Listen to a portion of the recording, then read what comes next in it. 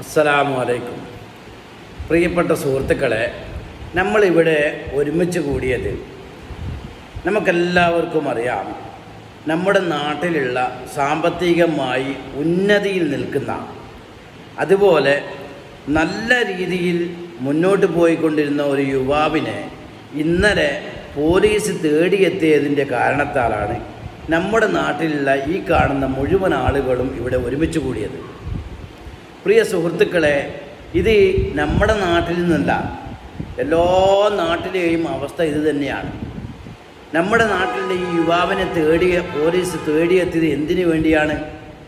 നമുക്കറിയാം, മത്സരിച്ചിട്ട് നല്ല രീതിയിൽ പഠിക്കുകയും ഡിഗ്രി എടുത്ത് PG എടുത്ത് അങ്ങനെ ഇതുവരെ നമ്മൾ അറിഞ്ഞത് ബാംഗ്ലൂരിൽ നല്ല ഒരു ജോലി ചെയ്യുന്ന യുവാവാണ് എന്നാണ് ഇന്നലെ വരെ അറിഞ്ഞത്. പക്ഷേ ഇന്നലെ പോലീസ് തേടിയെത്തിയപ്പോൾ മാത്രമാണ് അവൻ ബാംഗ്ലൂരിൽ മയക്കുമരുന്നിൻ്റെ ഹോൾസെയിൽ ഡീലറായിരുന്നു എന്ന് നമുക്ക് ഇന്നലെ മനസ്സിലായത്.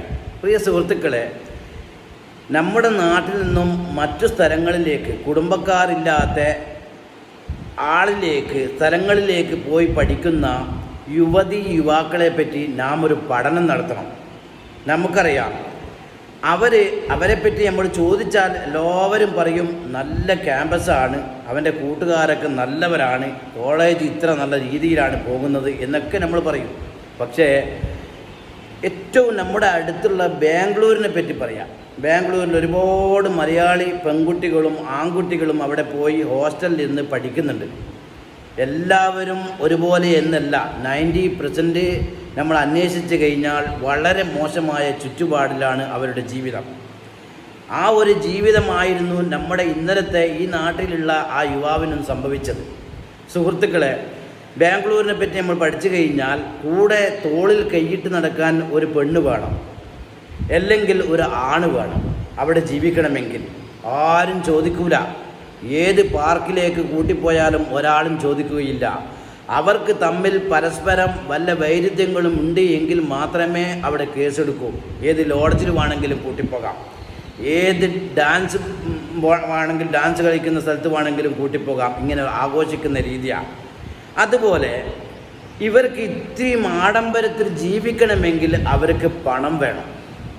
അപ്പോൾ പണം ഉണ്ടാക്കുന്നത് എങ്ങനെ?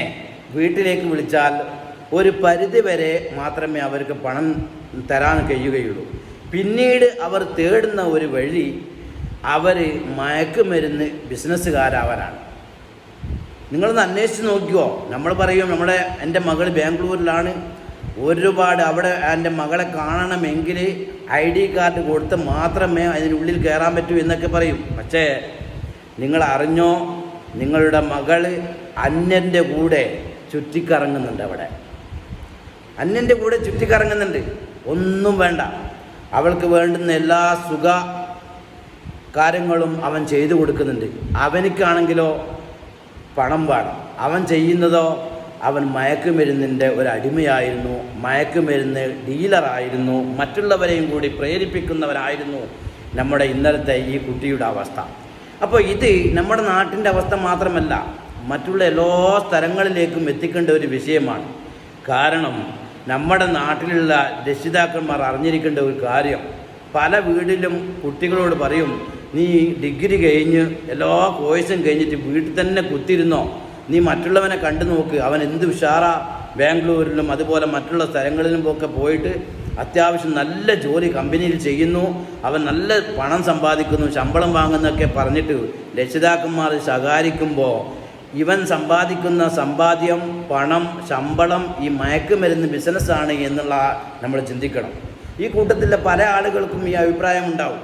ഞാൻ എൻ്റെ മകനോട് പറഞ്ഞിട്ടുണ്ട്, നിനക്കും അവനെപ്പോലെ ആയിക്കൂടെ, വീട്ടിൽ തന്നെ കുത്തിരിക്കണോ എന്നൊക്കെ ചോദിച്ചവരുണ്ട്. എന്നാൽ പ്രിയ സുഹൃത്തുക്കളെ, നമ്മൾ ഓരോരുത്തരെ പറ്റിയിട്ടും, നമ്മളെ ഓരോ രക്ഷിതാക്കന്മാരും നമ്മുടെ മക്കളെപ്പറ്റി മാത്രം നമ്മൾ ചിന്തിക്കുക. നമ്മുടെ മക്കൾ ഏത് റൂട്ടിലാണ് സഞ്ചരിക്കുന്നത് എന്ന് നമ്മൾ ചിന്തിക്കേണ്ട സമയം കഴിഞ്ഞിരിക്കുന്നു പ്രിയ സുഹൃത്തുക്കളെ. അല്ലെങ്കിൽ നമ്മുടെ ഓരോരുത്തരുടെയും പടിവാതിൽക്കൽ ഇതുപോലെ ഇന്നലെ നടന്നതുപോലെ പോലീസുകാരും അന്വേഷണ ഉദ്യോഗസ്ഥന്മാരും വന്നെത്തും. അതുകൊണ്ട് നമ്മുടെ മക്കളെ ശരിക്കുമുള്ള കൂട്ടുകെട്ട് ആരൊക്കെയാണ് എന്ന് അന്വേഷിച്ച് നല്ല ചുറ്റുപാടിലേക്ക് വളർത്താൻ നമ്മൾ ഓരോരുത്തരും മുന്നിട്ട് ഇറങ്ങുക. അല്ലാഹു തആല നമ്മുടെ മക്കളെ എല്ലാവരെയും നന്നാക്കുമാറാവട്ടെ. ആമീൻ. അസ്സലാമു അലൈക്കും വറഹ്മത്തുള്ളാഹി വബറകാതുഹു.